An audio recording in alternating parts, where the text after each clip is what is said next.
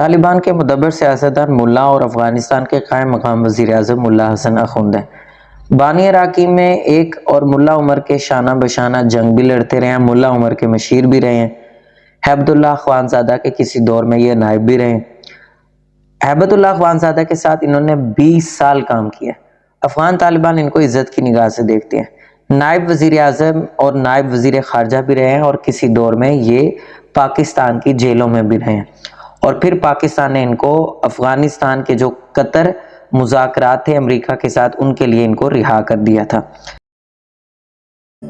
تو میں عمر عادی، آپ دیکھ رہے ہیں میرا یوٹیوب چینل اردو بلیٹن میں خوش آمدید۔ اگر تو آپ چینل پر نئے ہیں تو چینل کو ضرور سبسکرائب کرتے جائیں۔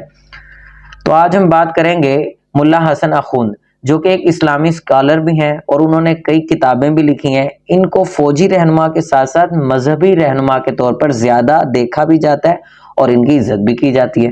1996 سے 2000 تک طالبان اقتدار کے دوران یہ مختلف عہدوں پر فائز رہے ہیں۔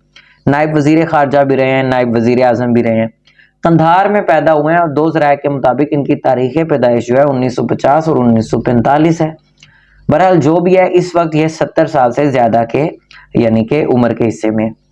اخوند کا تعلق جو ہے وہ افغانستان طالبان کے کاکڑ قبیلے سے ہے اور ان کی جائے پیدائش بھی قندھار میں ہی ہے، جو کہ طالبان کی یعنی کہ تحریکوں کا مرکز ہے۔ اخوند کے مغربی رہنماؤں سے کچھ تعلقات بہت اچھے نہیں ہیں، کچھ کے ساتھ بہت اچھے ہیں، کیونکہ وہ نائب وزیر خارجہ بھی رہے ہیں۔ سفارتی ملاقاتوں کے درمیان ان کو کئی مسائل کا بھی سامنا کرنا پڑا ہے۔ اقوام متحدہ کے ترقیاتی پروگرام کے ایک افسر کو تھپڑ مارنا، برتن پھینکنا، چائے کا برتن گرا دینا، ایک کو میز سے مارنے کی وجہ سے بھی ان پر اقوام متحدہ اور انسانی حقوق کی خلاف ورزیوں کے نتیجے میں ان کو مختلف یعنی کہ مقامات سے اقوام متحدہ میں ان پر پابندیاں عائد ہیں، امریکہ میں ان پر پابندیاں عائد ہیں اور دوسرے کئی یورپی ممالک میں بھی ان پر پابندیاں عائد ہیں۔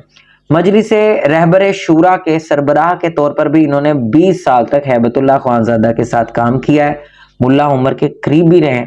ملا حسن 8 سے 10 سال پاکستانی جیلوں میں بھی رہے ہیں۔ ان کی تعلیم جو ہے وہ مختلف علاقوں میں ہوئی ہے، کیونکہ تحریک طالبان اور افغان جہاد کی وجہ سے وہ کسی ایک جگہ مستقل طور پر اپنی تعلیم حاصل کر نہیں پائے۔ طالبان لیڈرشپ کے سربراہ بھی رہے ہیں۔ امریکہ، اقوام متحدہ اور انسانی حقوق کی تنظیموں کی طرف سے ان پر پابندیاں عائد ہیں، لیکن موجودہ حکومت میں دیکھا جائے تو یہ بہت ہی قدر کی نگاہوں سے دیکھا جاتا ہے اور بہت ہی اہم یعنی کہ شخصیت ہیں، جو کہ طالبان کے اس وقت کے امیر المومنین کے بعد سب سے بڑے عہدے پر فائز ہیں اور مجلس شورا کے رکن بھی ہیں اور طالبان لیڈرشپ کے سربراہوں میں سے ایک اہم یعنی کہ انتخاب ان کو سمجھا جاتا ہے۔ تو آج کی ویڈیو اتنا ہی۔ مزید ویڈیو کے لیے آپ چینل کو ضرور سبسکرائب کر دیں۔ اللہ آپ کا حامی و ناصر ہو۔ اللہ حافظ۔